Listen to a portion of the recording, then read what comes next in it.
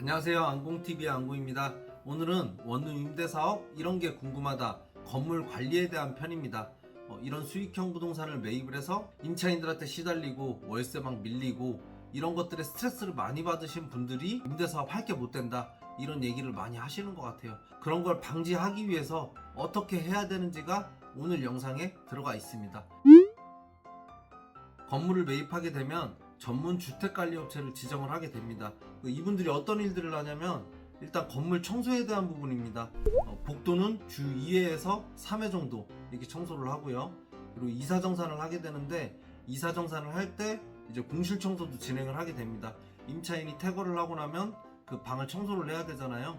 이 청소 비용은 예전에는 건물주분들이 주로 냈었는데 요즘에는 이 공실 청소를 해주고 입주를 시키고 나갈 때도 임차인에게 부과를 합니다. 이 이사정산을 할 때 요즘에 좀 중요한 게 있어요. 새로 지은 건물들이나 이런 걸 보면 옵션이 많이 들어가 있잖아요. 고가의 가전제품이나 뭐 이런 집기들 이런 것들이 잘 들어가 있기 때문에 거기에 손상이 있는지 훼손된 게 없는지 이런 것들을 좀 파악하는 게 중요한 일입니다. 만약에 임차인이 애완동물을 키웠다거나 한다면 훼손이 좀 더 심할 수밖에 없겠죠. 실내에서 흡연을 했다거나 이러면 비용이 많이 발생될 수 있기 때문에 이런 부분들을 좀 정확하게 짚고 비용을 청구를 해야 건물주분들이 손해를 보지 않을 수 있습니다. 미납되어 있는 가스비나 전기세 같은 거는 이사정산을 할 때 이제 다 청구를 하게 되고요. 그리고 미납된 관리비도 이때 다 받게 됩니다. 그 관리업체에서 만든 청구서입니다. 작성 연월일이 있고요. 그리고 이제 공실 청소 비용 요즘에 원룸 보통 5만원 정도 이렇게 받더라고요.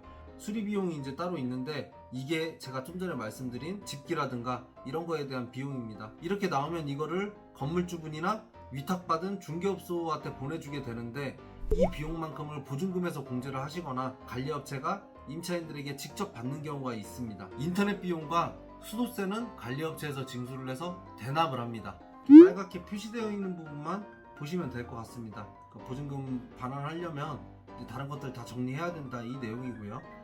퇴실 청소비는 2주 시에 부과가 된다. 제가 말씀드렸던 공실 청소입니다. 이게 내부 점검할 때는 입주했을 때 그 시설물 파손이 돼 있는 게 있는지 이런 게 있으면은 바로 연락을 해야 나중에 퇴실 시 변상 청구되지 않는다. 집기 상태를 확인하는 게 좀 중요하다고 말씀드렸잖아요. 이런 부분들이 임차인과 분쟁이 생길 수 있기 때문에 관리업체에서 이런 부분들을 좀 많이 챙기는 겁니다. 그리고 이분 같은 경우에는 8월분 관리비가 한 5만원 정도 나왔네요. 여기 일반 관리비와 뭐 공동전기료, 음식물 수거 비용, 뭐 인터넷 비용, 그리고 승강기 유지 비용 뭐 이런 것들이 합쳐져서 한 5만원 정도 나왔습니다.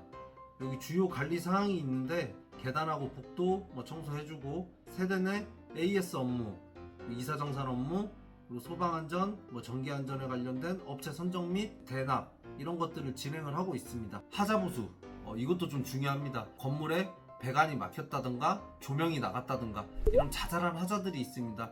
이런 하자들은 그 관리업체에서 다 볼 수가 있는 것들인데 뭐 보일러가 고장났다거나 아니면 가전제품에 이상이 생겼다거나 이런 것들은 관리업체 소관은 아닙니다. AS를 신청하면 되는 거고 제가 분쟁 해결이라고 써놨는데 이게 임차인들 간의 문제입니다. 예를 들어서 한 호실이 좀 너무 시끄럽게 한다거나 밤에 뭐 친구들과 모여서 술을 먹어서 소음을 많이 일으킨다거나 이런 경우가 있잖아요. 그럴 때는 집주인분들이 직접 나서게 되면 좀 아무래도 불편한 경우가 많이 생기거든요. 그런 걸 중간에 있는 관리업체에서 좀 통제를 할 수가 있습니다.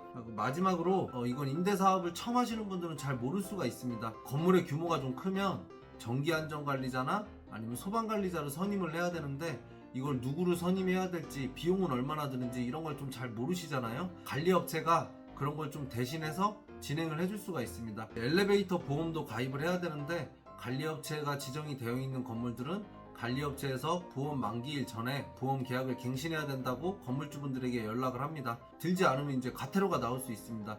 이거 말고도 관리업체에서 하는 일들이 좀 잡다하게 여러 가지가 있습니다. 근데 큰 틀에서 봤을 때는 이 정도 일을 한다고 보시면 되고요. 이제 위탁 중개업소를 지정을 하게 됩니다. 내가 본업 때문에 뭐 전화도 자주 받을 수 없는 상황이고 좀 많이 챙길 수가 없는 상황이다. 이런 분들이 주로 지정을 하게 되는데 만기가 돼서 부동산에서 다른 임차인을 구했다. 그럼 이제 계약서를 작성을 해야 되는데 타 지역에 계신 분들이 대전으로 와서 이제 계약서 작성하는 게 좀 쉽지 않을 수가 있습니다. 그럴 때 대리인으로 참석을 해서 대신 계약을 진행하게 됩니다. 두 번째로는 공시를 관리를 해야겠죠. 이런 임대사업의 가장 큰 목적이 공실 없이 잘 돌아가게끔 하는 거기 때문에 공시를 잘 관리를 해줘야 되는데, 그 위탁 중개업소가 지정이 되면 그 부동산을 통해서 네트워크가 되어 있을 거 아니에요. 대전에 있는 여러 부동산들한테 이 건물에 이 방이 있다, 이런 것들을 좀 알려줘서 공실이 최대한 적게끔 할 수가 있고요. 중개업소의 일을 이제 좀 벗어난 건데, 월세를 관리해주는 중개업소들이 있습니다. 월세가 미납되었다거나 이런 경우가 있을 거 아니에요. 그런 분들의 월세를 좀 재촉을 해서 받아내고 월 말에 주인분하고 정산하는 부동산들도 있습니다. 그리고 이제 만기가 됐을 때 연장하시는 임차인분들이 있습니다. 연장 계약서도 작성을 하고 아니면 뭐 재계약서를 작성을 한다거나 이런 경우가 생길 건데, 그럴 때마다 건물주분들이 오셔서 또 계약서 작성하는 게 좀 많이 번거로울 수가 있습니다. 대신해서 진행을 해줄 수가 있고요. 이제 임대차 계약을 체결을 하면 임차인이랑 건물주분이 주택 임대차 신고를 해야 됩니다. 둘 중에 아무도 안 했다 그러면 중개업소가 대신해서 진행을 할 수가 있습니다. 그 임대차 신고를 하기 위해서는 임대차 계약서가 꼭 필요한데, 그 보통은 위탁받은 중개업소에서 임대차 계약서를 다 가지고 있거든요. 그거를 가지고 이제 임대차 신고를 하는 거기 때문에 위탁받은 중개업소에서 진행을 해줄 수가 있습니다. 이제 월세를 관리를 하다 보면 한 건물에서 이자를 공제한 어느 정도의 월세가 나온다라는 걸 알 수가 있잖아요. 위탁받은 중개업소에서 소득 신고 자료를 좀 만들어줄 수가 있습니다. 이거를 만들어서 이제 세무사님들한테 세무 신고를 부탁을 드립니다. 건물주분이 직접 이런 걸 작성을 한다면은 본업에 좀 지장을 받으실 수가 있잖아요. 좀 귀찮기도 할 거고요. 그러니까 그런 거를 좀 중개업소에서 대신 해줄 수가 있습니다. 지금 여기 월세 관리라든가 임대차 신고, 임대소득 신고 자료 작성 및 제출, 이런 부분들은 중개업소에서 원래 하는 일은 아니지만 좀 도와드릴 수 있는 부분이기 때문에 따로 용역비는 좀 생각을 하셔야 될 겁니다.